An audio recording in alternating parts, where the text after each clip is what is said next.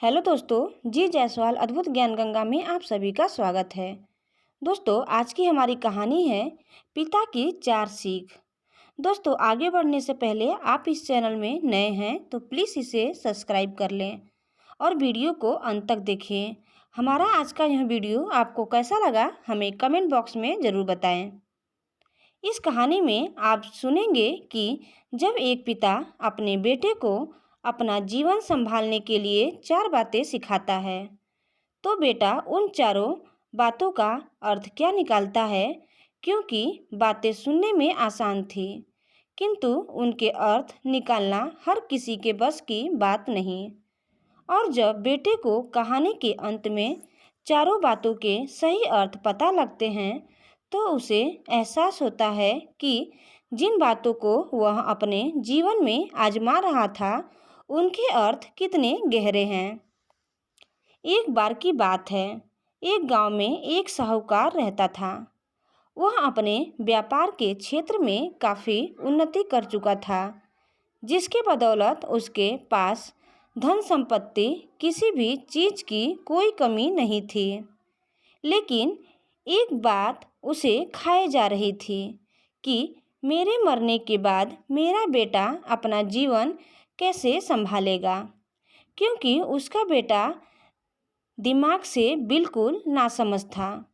उसे बाहरी दुनिया की बिल्कुल भी समझ नहीं थी। कुछ दिन बाद साहूकार का स्वास्थ्य खराब रहने लगा। अब उसे महसूस हो गया था कि उसकी मृत्यु किसी भी क्षण हो सकती है। तब उसने अपने नासमझ बेटे को बुलाया और उसे अपना जीवन संभालने के लिए 4 बातें सिखाई। पहली बात, बेटा जब भी काम पर जाएं तो छाँव में जाना और छाँव में ही घर वापस आना। दूसरी बात, घर के चारों तरफ चमड़ी की बाड़ यानी चमड़ी की बाउंड्री करवाना। तीसरी बात, हमेशा मीठा भोजन करना। चौथी बात, पत्नी को हमेशा बांधकर पीटना। बेटे को 4 बातें सिखाते ही साहूकार जी स्वर्ग सिधार गए। अब बेटे ने अपने पिता की 4 बातें अपने जहन में बैठाई और एक नई जिंदगी की शुरुआत करने लगा। जब उसका काम धंधे पर जाने का समय आया, तो उसे अपने पिता की बात याद आई कि पिता ने कहा था, कभी भी काम पर जाए तो छाँव में जाना और छाँव में ही वापस आना। चूँकि पैसों की कमी थी नहीं, इसीलिए उसने यह बात याद करके अपने घर से ऑफिस तक एक बहुत बड़ा टेंट लगवा दिया, ताकि धूप से बच सके।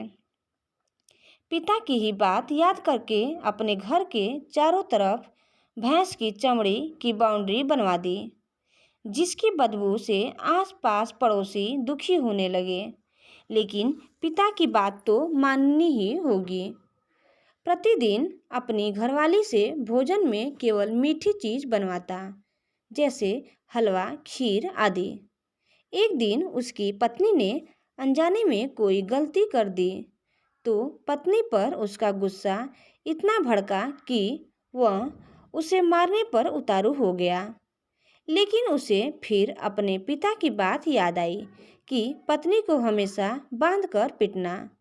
यह बात याद करके उसने अपनी पत्नी को रस्सी से बांध दिया और जैसे ही उसे पीटने के लिए लाठी उठाई, पत्नी ने गुस्से में कहा, रुक जा नासमझ, अब मैं बताती हूँ तुम्हारे पिता की 4 बातों के सही अर्थ क्या है। तब उसकी पत्नी उसके पिता की चारों बातों को सही अर्थ समझाना शुरू करती है। पहली बात, काम पर छाँव में जाना और छाँव में ही आना। इसका अर्थ है प्रतिदिन काम पर सूर्योदय होने से पहले जाना और सूर्यास्त होने के बाद घर वापस आना, ताकि अपने काम में इतने व्यस्त हो जाओ कि बाहरी दुनिया के मोह माया से दूर रह सको। लेकिन तुमने तो घर से ऑफिस तक टेंट लगवा दिया ताकि तुम धूप से बच सको। क्या ये उद्देश्य था तुम्हारे पिताजी का? दूसरी बात, घर के चारों तरफ चमड़े की बाड़ यानी चमड़े की बाउंड्री करवाना। इसका मतलब है अपने घर की सुरक्षा के लिए कुत्ता या बिल्ली पालना ताकि चोरों से सुरक्षित रहा जा सके। लेकिन तुमने तो घर के चारों तरफ भैंस की चमड़ी लगवा दी, जो कि अर्थहीन है। तीसरी बात, हमेशा मीठा भोजन करना। इसका अर्थ है हमेशा तेज भूख लगने पर ही भोजन करना। इससे एक सूखी रोटी भी मीठे भोजन समान संतुष्टि देगी। जब किसी को बहुत तेज भूख लगती है तो वह यह कहकर भोजन का अपमान नहीं करता कि ये तुमने क्या बना दिया, भला ये भी कोई खाता है।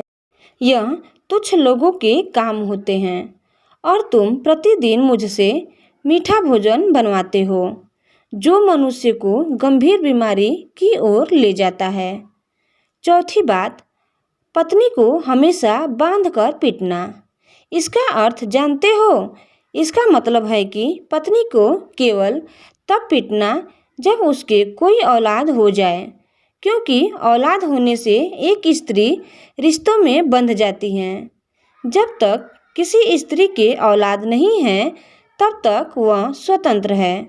अगर उसकी आज़ादी छीनने की कोशिश करोगे तो वह अपने स्वतंत्र मन से कहीं भी उड़ सकती है। हाथी के दांत दिखाने की ओर तथा खाने की ओर, अर्थात पिता ने सिखाया कुछ और बेटा सीखा कुछ और। उसकी पत्नी इतने दिनों से मौन इसलिए थी क्योंकि वह अपने पति के नासमझ दिमाग को भली भांति जानती थी। इसीलिए उसने अपने पति को उसके हाल पर छोड़ दिया, करने दो जो करता है।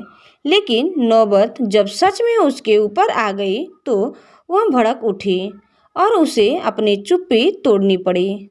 तो दोस्तों, आपको हमारा यह वीडियो कैसा लगा प्लीज़ हमें कमेंट बॉक्स में ज़रूर बताइए। अगर अच्छा लगे तो प्लीज़ इसे लाइक, शेयर और सब्सक्राइब करना न भूलें। धन्यवाद।